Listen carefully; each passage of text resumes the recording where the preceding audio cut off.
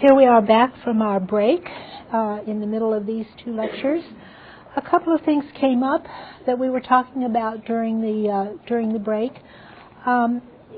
People had some questions about the research paper, and at the same time as the midterm, your prospectus is due for the research paper, which you need to write as a plan for what you're going to do on the research paper. First of all, you have to choose your topic, and you have to know something about your topic in order to write a prospectus. You have to know what questions you want to ask of the subject. You have to have some idea in your mind of what topics you want to cover as you do the research for that. You also should include in your prospectus a list of books, articles, websites that you plan to use as you research your prospectus. We will put a more detailed guideline on the website for that prospectus, but it's about 3 weeks to the midterm, and you should be working on that now. You should start working on it now. If you make a bibliography of books and articles that you might want to use, you don't have to use them all. You might find that some are not useful, and then you don't have to use them. You're not obligated to use them. One reason we want you to do this is because in case you're getting off on the wrong track, we want to know it now, not when you write your research paper. So we want to give you some guidance as you get ready to write your research paper. That's the point of doing a prospectus. Any questions about the prospectus from any of you here? Yeah. When is the actual due date for the prospectus? It's due on the night of the midterm. Okay. On the night we take the midterm, you turn in your prospectus. So you need to start working on that now. Okay. We also will post study questions for the midterm on the website so that you can have some idea. What we'll give you is about 10 questions, and we will then choose 3 of those questions, and you will write about 1 of them. Okay, but you'll have the questions in advance so you can look at them and think about how you'll answer them.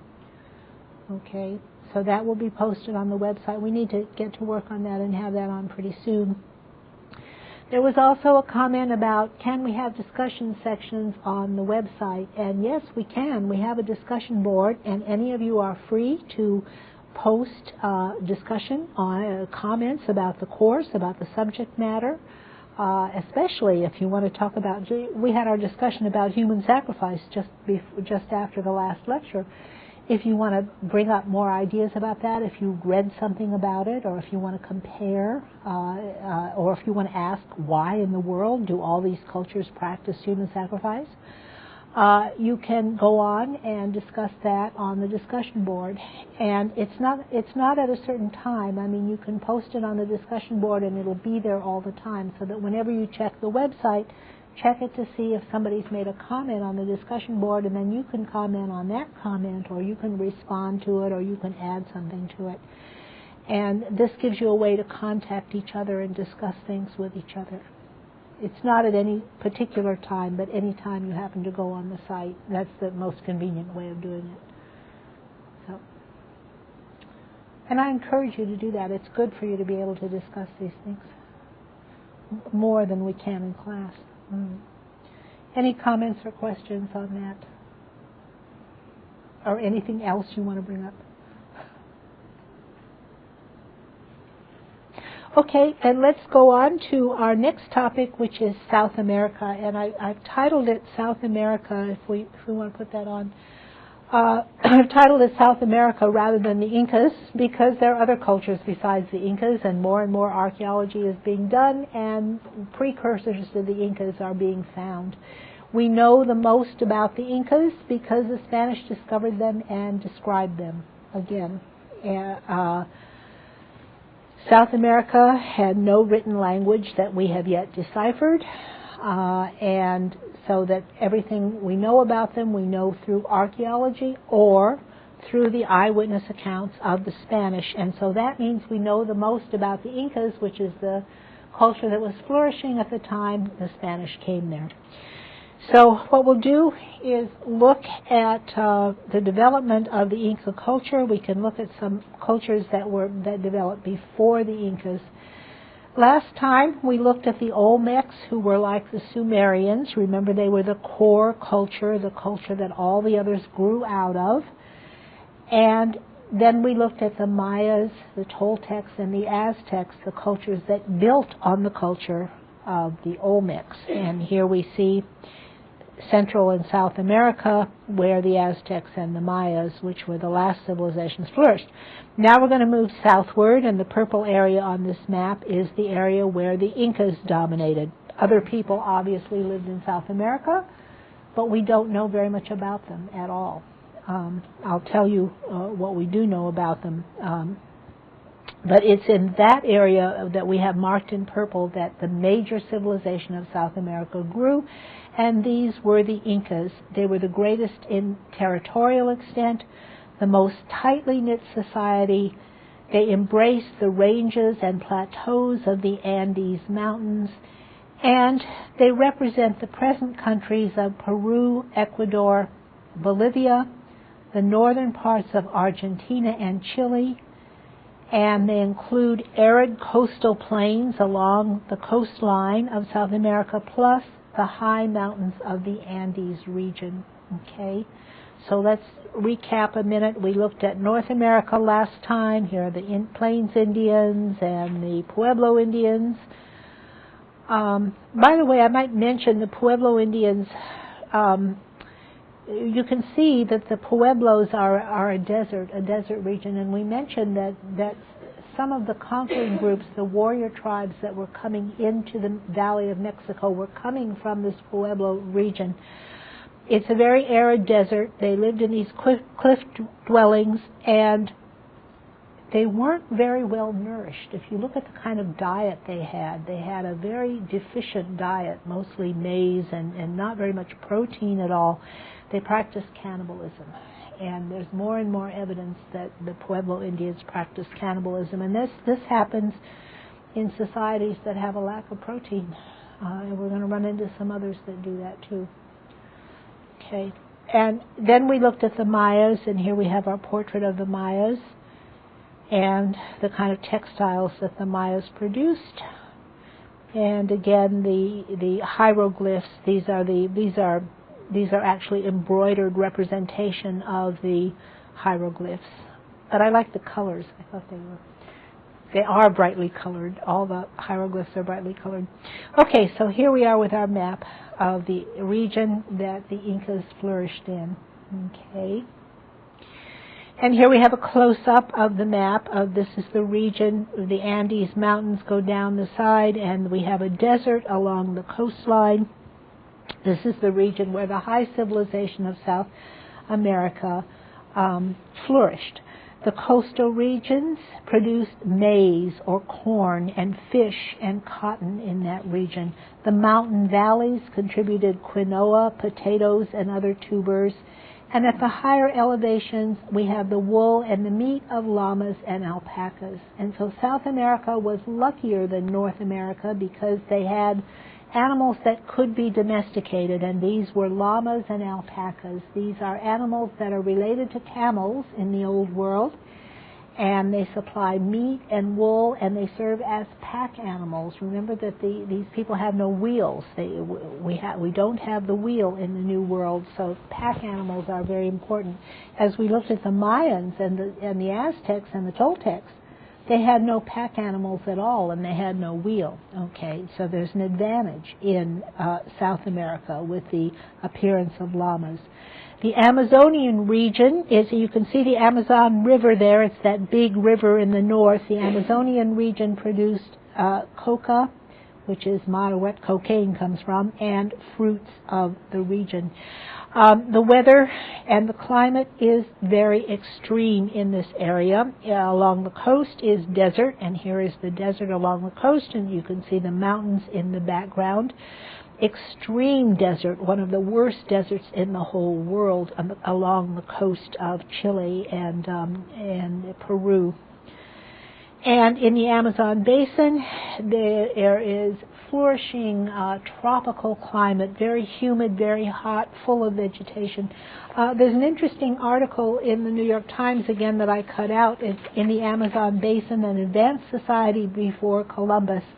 Some archaeologists have gone into the Amazon basin and they found traces of major earth-moving modifications to the landscape made by peoples in the Amazon basin, raising up the land, raising up the fields so that they could grow things, creating fisheries, piling dirt and raising fields for crops and causeways and canals. Unfortunately, that's the only trace we've seen of these people. We know nothing more about them but the changes that they made to the landscape. But the point of this article is that the ancient people of the Amazon turned a floodplain into a fish farm, and they were able to support a lot more people. It's not a civilization, but it's a modification of the landscape in order to make survival more possible among the Amazon Valley. So that's pretty interesting that they grew that they cultivated fish farms in the Amazon Valley, and here we can see the Amazon. Here are llamas. This is a traditional Peruvian carving of a gourd, and you can see the llamas are in the bottom of this. You can see them across the bottom. Here's a picture of a llama that is much better, so this is what a llama really looked like. I was doing some reading this afternoon about these llamas, and it was a book that was written in 1850. It was a really interesting book that I found at an antique shop. It was a book written in 1850 for young boys, 13 or 14 years old, about adventures, and it was part of a series, and this particular volume was Adventures in South America. And so I've taken some pictures from it that we can use because it was written in 1850, so it's out of copyright. But it's one of them was a story about Americans who had gone to the Inca empires and said, why aren't we using llamas, why aren't we using cattle instead of llamas? Why can't the llamas flourish where the cattle can flourish? And the reason is because llamas eat weeds. I mean, they eat vegetation that is of no good whatsoever, and cattle and horses need much better value vegetation. They need better grass, and they need more flourishing plants. So the llamas can actually flourish on the poorer crops of the area, the poorer vegetation. So that was a kind of interesting thing I didn't know. But here are the llamas, and they're pack animals. You can load things on them. They can carry things. They have wool and they have meat. And so they are a mainstay of the growth of the Andean civilization that we're going to look at. So llamas are extremely important. Okay, and here is the region that we're going to look at. The extremes of the climate, as we said before, range from the Amazon River Valley, from the desert on the coast, the Andes Mountains in the middle. Here are the mountains that are extremely high mountains, very, very cool and very cloudy and at a very high elevation. You can see the mountains, and then they're in the very south of the country. There are glaciers in the southern part, Tierra del Fuego, the extreme south, where the Fuegans live in basically a Stone Age culture. Here are the Tierra del Fuegans in the very south, in a Stone Age state, and here they are offering their babies for sale to the sailors who are coming to that region. And fishing along the coast is freezing cold. It's very cold, very far south. Here is the valley of Maltrata, the Andes valleys in the south, the Peruvian valley. The terrain where the civilizations grew up is very rocky and very fragmented. It required effective organization of human labor.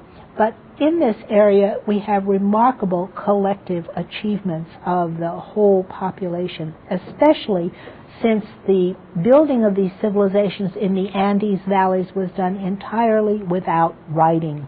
Okay, The Incas were the product of all of this, but they were the beneficiaries of a number of Indian peoples. A number of civilizations preceded the Incas, and the Incas built upon them. But they're all in this region here, ranging from the north, where we see Quito on this map, moving farther south to Machu Picchu and Cuzco, which is the main center of the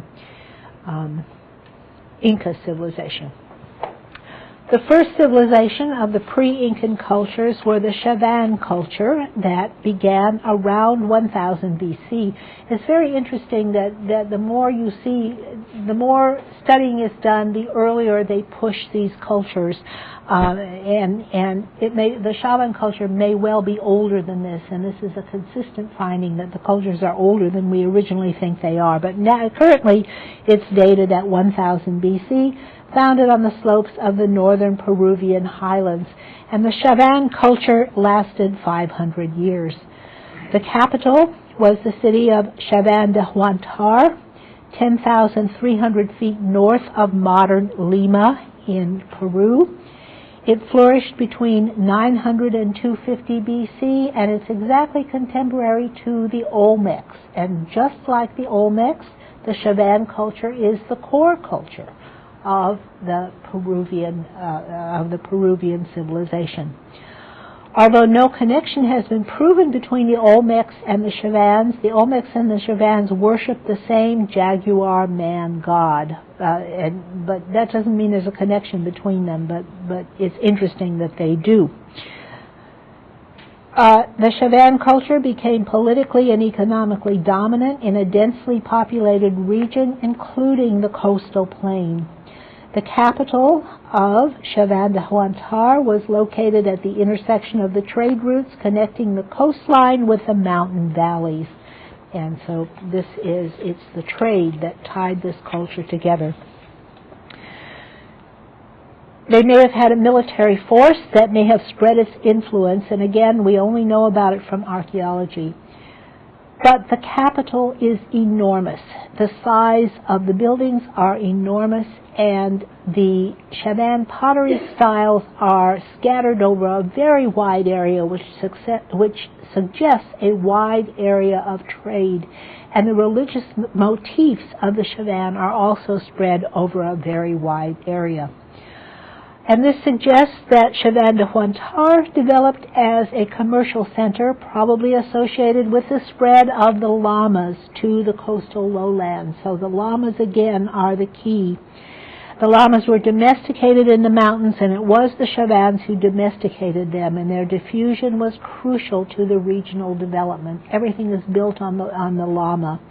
The importance of the llama is similar to that of the camels in the Saharan trade that we'll come to when we look at Islam and the spread of camels. And the llamas are equally important. Their existence multiplied the scale of commercial exchange by decreasing labor to transport goods. Obviously, it's much easier to load your goods on a llama than to carry them on your back, and so this made everybody much more prosperous. A single driver could control from 10 to 30 animals, each carrying 70 pounds, and llamas are very good pack animals. The essential characters of the later Andean civilizations are all present, and like the Olmecs and the Sumerians, the Chavans are the core culture. Okay. And here we see, again, this is a Peruvian carving in a gourd, and you can see the llamas across the bottom there. Across the top we have modern versions of, those are Western instruments, but the llamas are native. And here we see native huts with llamas being herded in this region. Okay. We also have to mention the potato, and the potato is extremely important. This is the potato festival that is being celebrated in 1850 that they have drawings of, but the potato is absolutely crucial, and the potato is extremely important because it's cultivated in niches up and down the Andes valleys, and different potatoes with different characteristics are cultivated at different elevations, but it's absolutely essential. So the key elements are the llama and the potato. The architecture that's built in Chavan is a large complex of multi-level platforms with packed earth faced with cut stone. And here is some pre-Incan ruins. The platforms that are built up in the city held small buildings used for ritual purposes and for elite residences. There's strong evidence of class differences within the pre-Incan ruins, and so this suggests the growing authority of a chief or king. The platforms were decorated with relief carvings of serpents and condors and jaguars and humans. And so let's see a little bit more of this pre-Incan terracing, or the building of platforms, and of pre-Incan human statues. Okay. And here we might talk about the measurements of these platforms. The largest measured 250 feet on each side with a height of 50 feet. 1/3 of the interior was hollow and contained narrow galleries and small rooms. And these may have contained the bodies of important royal ancestors. And so these are the archaeological remains of the pre-Incan society. Gold ornaments were produced by a revolutionary technique to build three-dimensional objects, and there was also improvement in textile production. The most common decorative motif was the jaguar, similar to the Olmec jaguar. But increased warfare disrupted trade and caused the collapse of the Chavan culture. And so here we see these early statues that may or may not be of the Chavan culture, but they're pre-Incan for sure. The Chavan culture was followed by the Mochica culture, which inherited what the Chavan had developed around 200 AD, and it dominated that region of the Andes from 200 to 700 AD. They ruled from a capital, Mochi, near modern Trujillo, and the Mochican culture cultivated maize, quinoa, beans, and potatoes. But what they invented were massive irrigation works. And again, we know this through the excavations that we can see that they built a network of canals and aqueducts that connected the fields with the water sources 75 miles away. But they still built those platforms. They built their fields on platforms, and the new thing they did was connect them with canals and aqueducts. These all were maintained by group labor imposed on the commoners or the subject people. Once again, they developed textile production and long-distance trade, and we know this because we can find their textiles all over the area where the Incas were. And they herded large herds of llamas. They had a highly stratified theocratic society controlled by priests and war heroes. The organizational requirements of irrigation promoted class divisions and control by a small elite. The hierarchy was then reinforced by military conquests of their neighbors.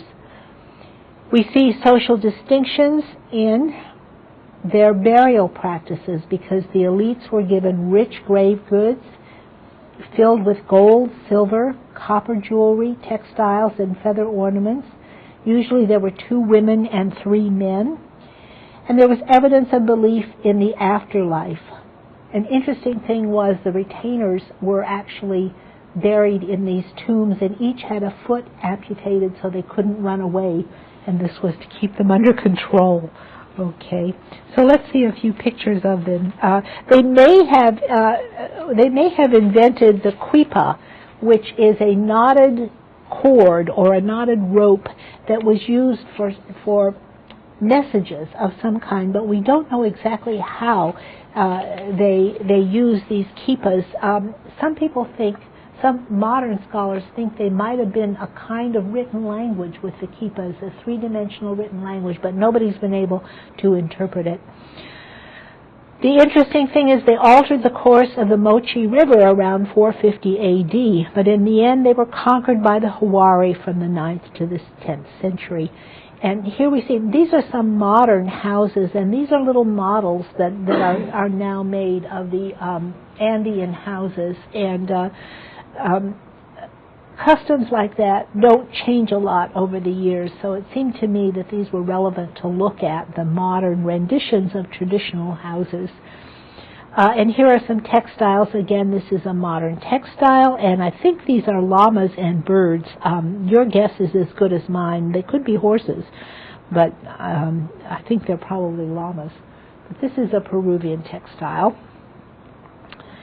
And here is a burial tomb where we find these grave goods that were left by the Mochica culture, again raised up on platforms. And here are mummies that were used in the burials.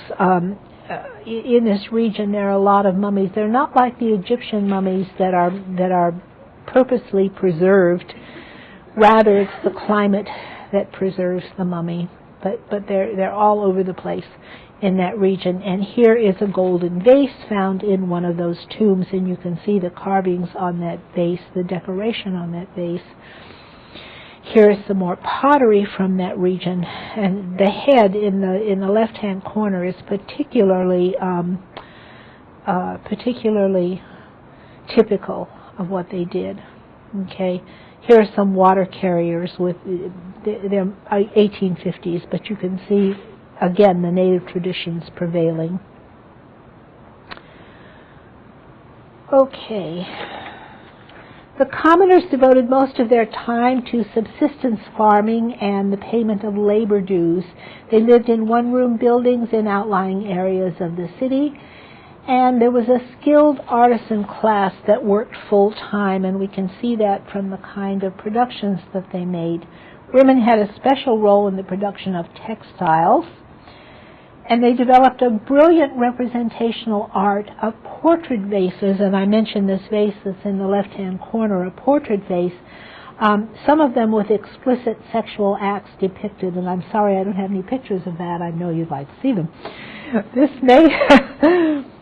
They may have originated the quipu, a coded form of numeric record keeping, which consists of knotted strings.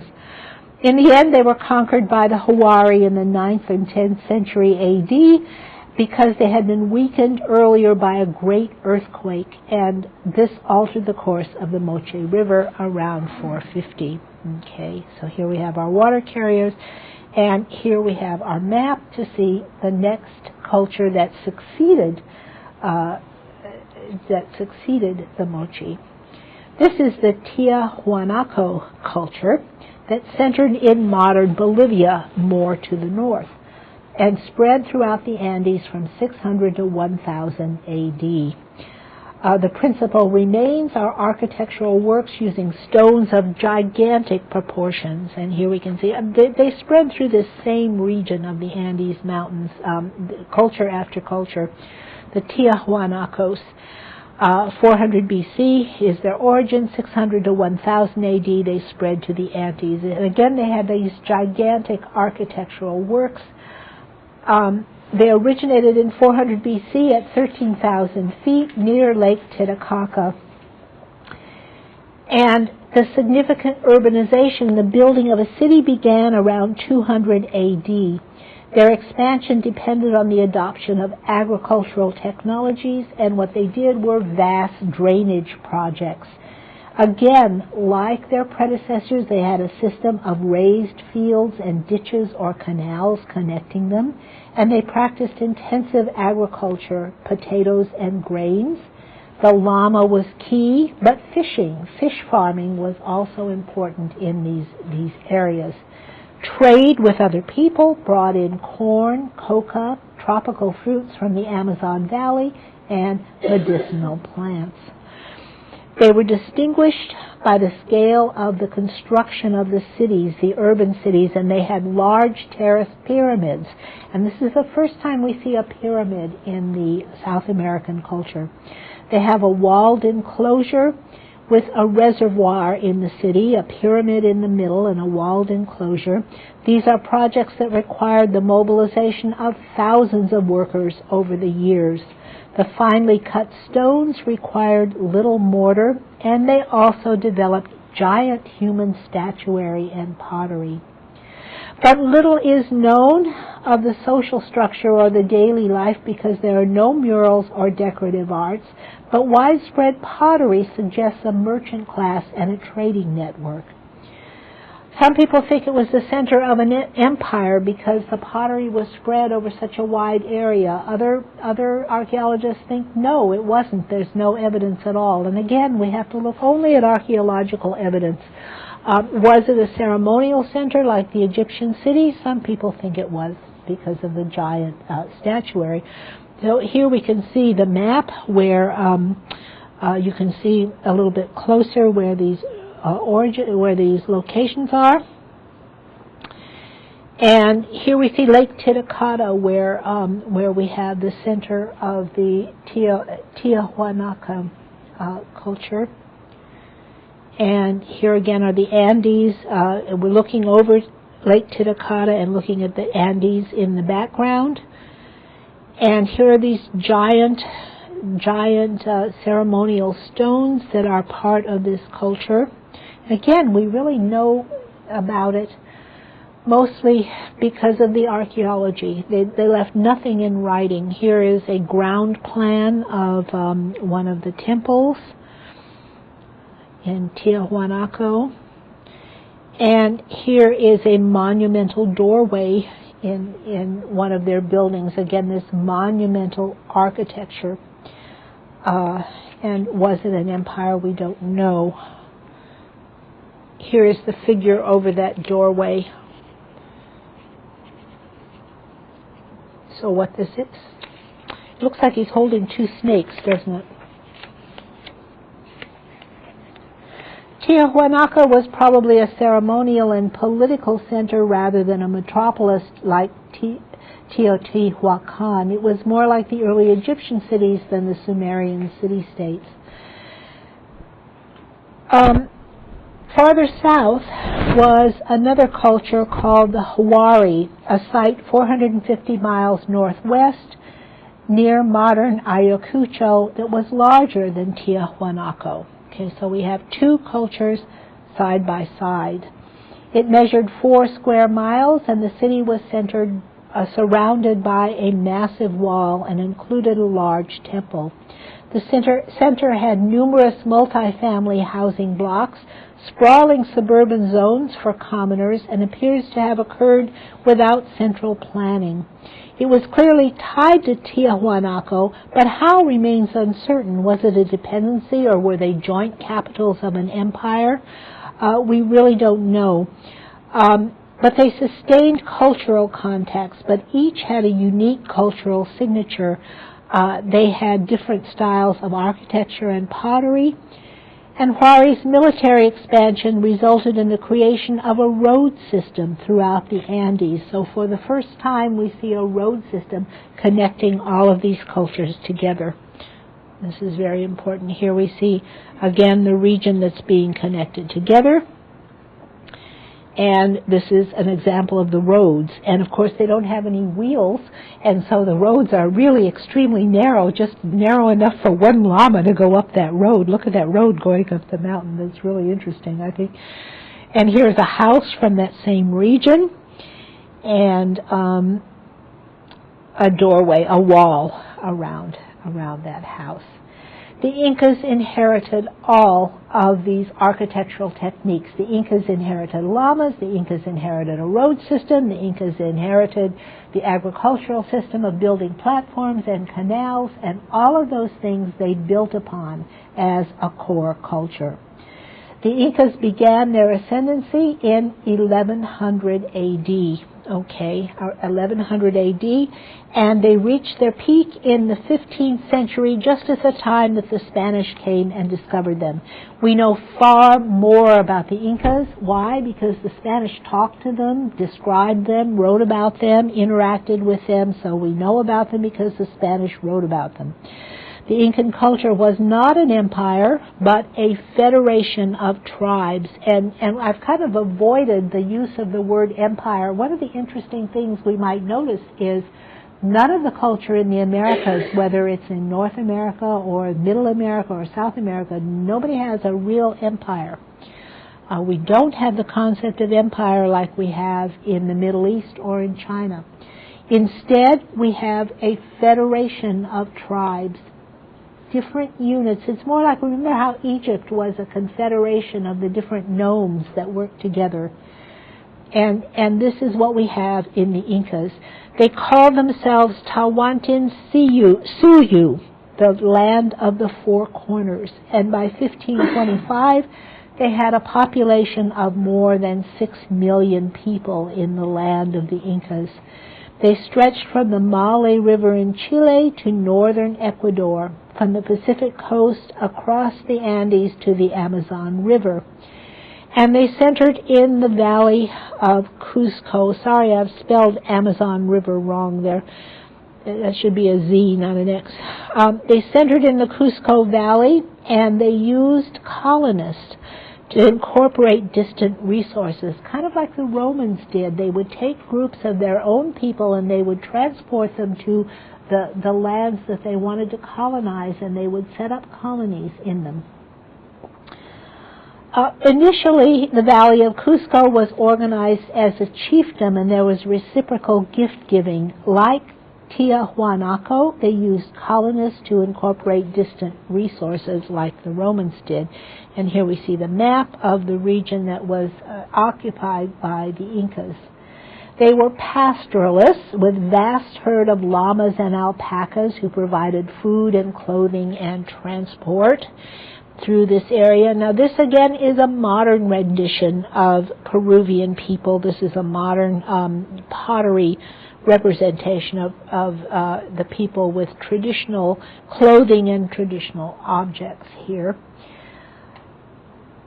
Pastoral metaphors influenced the religion. Both the gods and the rulers shared a shepherd's obligation. So they were shepherds of llamas, and the rulers saw themselves as shepherds.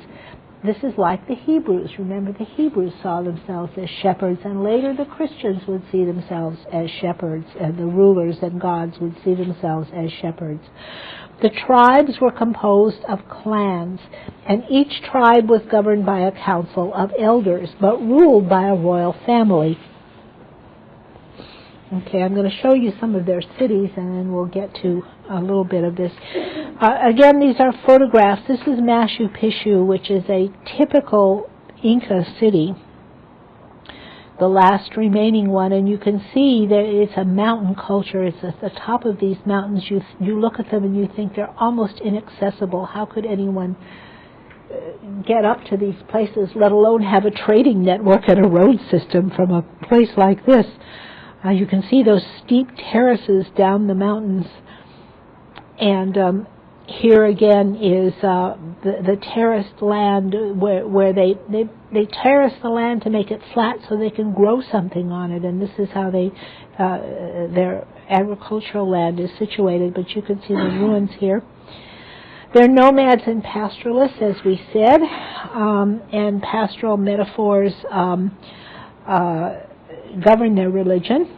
The tribes are composed of clans, and each tribe was ruled by a council of elders, but then all the tribes were ruled by a royal family. The clan was called an Ayllu, and it provided the foundation for achievement. The land was held communally by the clan, or Ayllu. All of them saw themselves as descended from a common ancestor. They called themselves brothers and sisters, and they saw themselves as obligated to aid each other. So everyone in your clan was seen as a brother or a sister. But all the members were not necessarily related, although they thought of themselves as coming from a common ancestor. Okay, here is our depiction of llamas again, and here are the llamas in our textile and the llamas in our pictures, because they're shepherds. Okay, they had reciprocal obligations, and this is the model for the organization of labor and the distribution of goods. And again, we know this because the Spanish described them and wrote down what their systems were. The mita was a rotational labor obligation, so the members of the clans or ayus were to work the fields and the herds, and they were to take turns doing all of this in a rotation of labor. And when they weren't working the fields or herding the animals, they built and maintained the roads and the bridges and the temples and the palaces and the irrigation projects. And so all the labor was organized in a rotational system among the clans. They also produced textiles and goods like beer and coca. Work was divided along gender lines, but it was interdependent. Okay. Inca is the title of the royal ruler of the whole confederation. They saw the Inca as descended from the sun god, and he married his sister to maintain the divine lineage. And that should immediately remind you of Egypt. The concept is the very same, that the Inca is descended from the gods, from the sun god, and he married his sister to keep the divine lineage pure. But the offspring of the Inca from his concubines were also parts of royals. So the children of concubines were also regarded as royal. And the whole group of children of the Inca are called the children of the sun, a large group and a privileged aristocracy. Okay, and here is an engraving of Atahualpa, who was the last of the Inca rulers, and so we know what he looked like. The ruler's far-reaching personal authority rested on his military and religious attributes, and he again was the child of the sun, and here is a sun circle showing the worship of the sun, and here is the temple of the sun in which the sun was worshipped. And this is Cuzco, the city of Cuzco, and here are the walls around it. Incan agriculture was a triumph of will and energy over nature. They had to cut through solid rock and level stone inclines to terrace the sides of the mountains. And there you can see, if you look closely, the sides of that mountain are terraced. Besides corn, their main crop was potatoes, which were bred into infinite varieties for niche cultivations up and down the mountains. Alpaca and llama were their domesticated animals, and they used the meat, the hides, and the wools of them, and they used them as pack animals. And so here we see Cuzco and the mountain behind it. Here are the walls of Cuzco. Again, these massive stones building the walls of the city. And the agriculture on a grand scale. They produced superb pottery and textiles and metalwork, and practiced architecture on a grand scale, building bridges and roads and gigantic cities. They were outstanding engineers with a mentality like the Romans, and they were practical like the Romans. They built practical things like bridges and aqueducts and things of that nature. Okay, and here we have a terraced hillside. We can see their engineering skill in this terraced hillside. The capital was at Cuzco in Peru, which was surrounded by mammoth stone forts. And here are our llamas again, okay, and textiles. These are more Peruvian textiles. This is modern, of course. Cuzco was the capital, which had high walls of stone around it with mammoth stone forts. They raised high walls of stone slabs fitted together perfectly without mortar. They laid roadways over the mountains, which were very narrow, of course, because they had no wheels. They constructed bridges, tunnels, and aqueducts, and they operated a postal service with human runners running along the roads. They were the most advanced of their contemporaries in medicine, especially surgery, and actually they performed brain surgery on people that was obviously successful because nobody was killed because of it. Or no doctors were killed. This wouldn't have happened in Mesopotamia. But they did not develop a system of writing except the quipu. The quipu was a knotted string. But recently a scholar has suggested that the quipus were sort of three-dimensional writing systems. The problem is nobody can figure out what the words are. So if it is a writing system, we haven't figured out what it is. But it's been suggested that it was a writing system. And they produced no books or inscriptions that we can read in any case. Statistical records were kept with rows of knotted strings of different colors, and people usually think of them as aids to memory. They also incorporated in the quipus the system of place values as in the Mayan system, and they seem to have been used for business and archival purposes. Religion included belief in the resurrection of the body, and they had a concept of heaven and hell.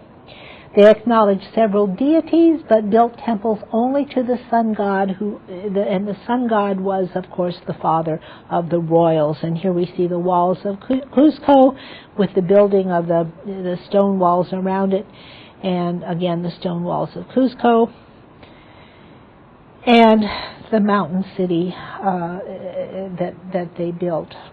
Okay. Here's another view of the building that they're able to do. Okay. They built temples only to the sun god, but there were other gods. Again, they believed in the resurrection of the body and heaven and hell. And in the sun temple, they placed the embalmed bodies of the deceased Incas. Sometimes they also placed in the temple to the sun, along with the dead bodies of the Incas, they put royal attendants, concubines that they slaughtered and entombed them also, very much as they did in the pyramids in Egypt. Remember that in the pyramids in Egypt they put living people and animals in to serve the dead pharaohs. They also did that in the Incas. They also sacrificed animals and human beings. Again, human sacrifice, but not nearly in the scale that they did in Middle America. Okay. And here is the temple to the sun where they would have put those bodies and buried the tombs of those men. Inca society was rigidly structured, more than any other found worldwide. It's the most structured, rigid society in the whole world. Supreme power was vested in the ruler at the top of the social pyramid. Then under him came the tribe and the clan heads and the commoners.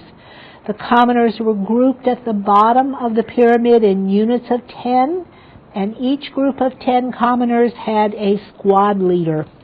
The result of this was a totally totalitarian social order dedicated to promoting the general welfare. The whole society was organized so rigidly that there's no individualism whatsoever. And so the Peruvians exemplified the cooperative ideal more than any other people in the world, especially in agriculture. What we have is an agrarian communism.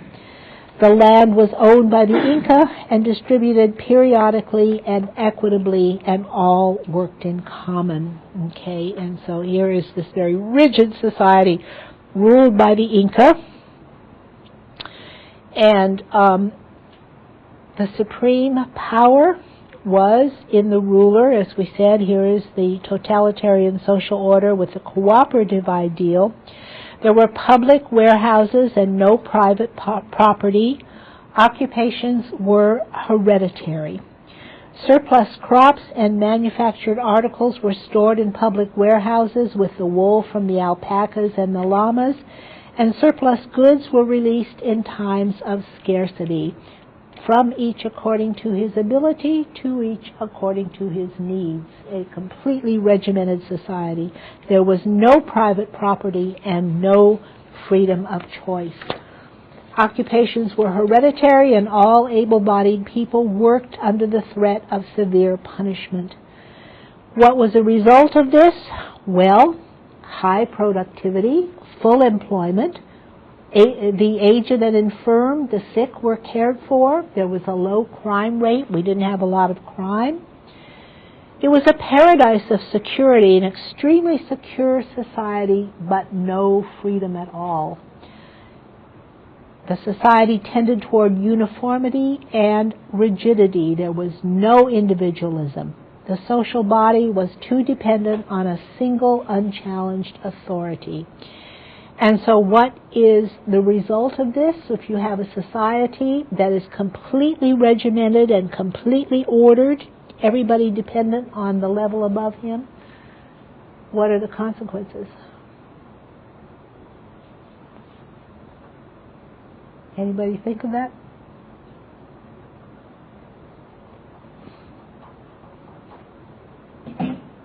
Yeah. I suppose there's a sense of subjugation and corruption that comes from it. Is that what you're... But they don't rebel. I mean, they don't feel like it's corrupt because they don't know anything else. So they accept this kind of a society. Yeah, do you have a comment?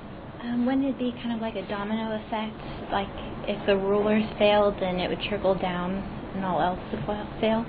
Well, it wouldn't just trickle down. I mean, but if you have a supreme ruler who dominates this very obedient society, you lop the ruler off and you can replace him with anybody who comes along. And this is what the Spaniards did. I mean, they just killed the Inca, and then they took over the whole obedient society because there was no tradition whatsoever in this society of objecting to anyone ruling you, of rebelling. There's no rebellion. There's no tradition that you can have it any other way or that you have any power to change what's going on. So when Pizarro came with a small band of Spaniards, they were conquered easily. Once the Inca was killed, then the Spaniards could just take over the whole structure. It was a completely obedient social structure. And this is exactly what happened. Okay. So let's look at a little bit. Here are the Peruvian people today. This is a modern view of the Peruvian people in some of their more traditional clothing. Here is an Inca gateway and a fortress in the Andes. And the sacred rock of the Mango Capac, the part of the Inca Empire. This is a room in the Inca's palace, and again, this is from 1850. These are engravings from 1850, and a ground plan of the Inca palace. And here's the palace of the Inca. Again, the ruins of it.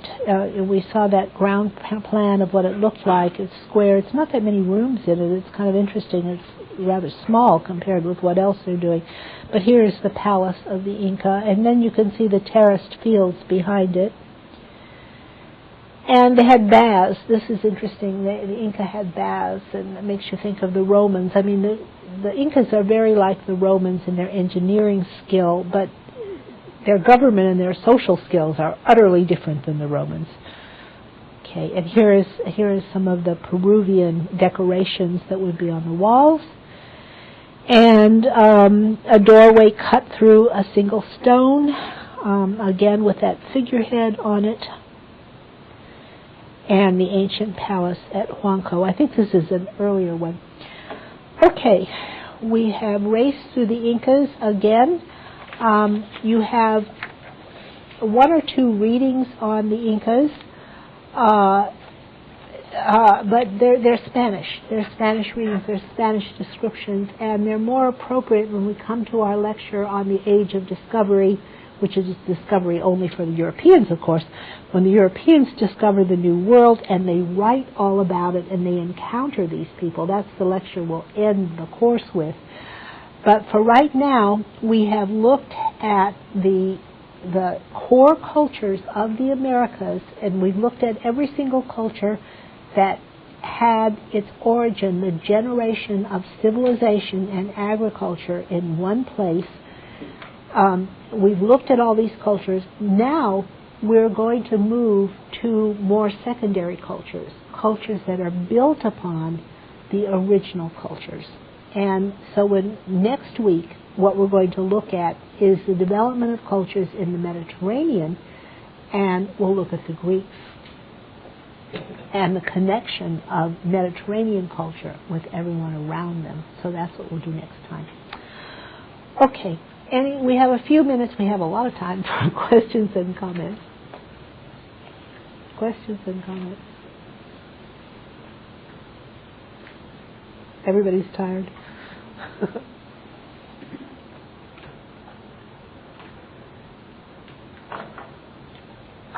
Any questions about anything we've looked at today or your papers, the midterm?